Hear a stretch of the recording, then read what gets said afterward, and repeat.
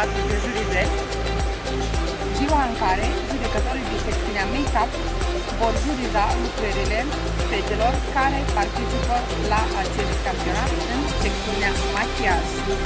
Good evening everyone. Today is the fourth day with Brilliant Cup section Make-up.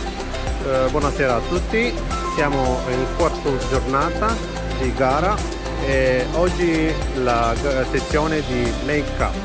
Всем здравствуйте! Девочки, которые регистрировались в секции макияжа, в секции Make-up, сегодня 4-й день, и сегодня судьи начали уже судить ваши работы. Я желаю вам успехов.